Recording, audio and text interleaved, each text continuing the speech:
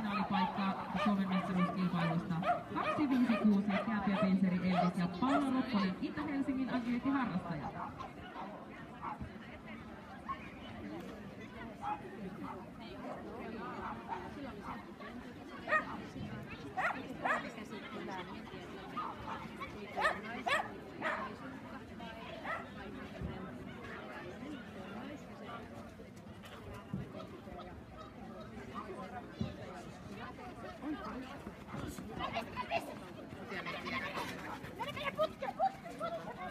Hyvä!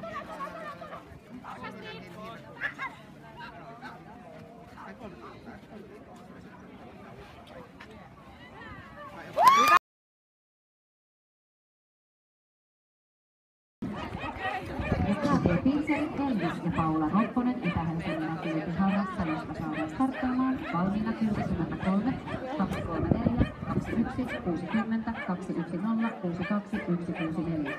Miniatures Pincer Elvis coming to the course with the result -3.42 from the qualifying position 19. Täällä Pincereillä on näitä hyviä nimiä. Äsken meni Kaisto ja nyt on Elvis.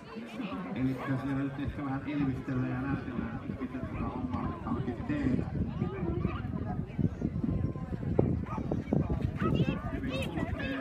Siellä on niin kova kärkiaika tällä hetkellä kahdella ajalla, kun katsotaan näitä tuloksia, niin -10,35 on siellä kärjessä Sonja Delante ja Stella, eli tässäkin on kanssa pitäisi tehdä noin 7 sekunnilla ihanen ajan alitus, eli noin 35 sekuntia pitäisi tehdä sieltä kärkeen päästään, mutta toki sijoitus kohonee sieltä jokaisella upealla sekunnilla, jota otetaan radalta pois.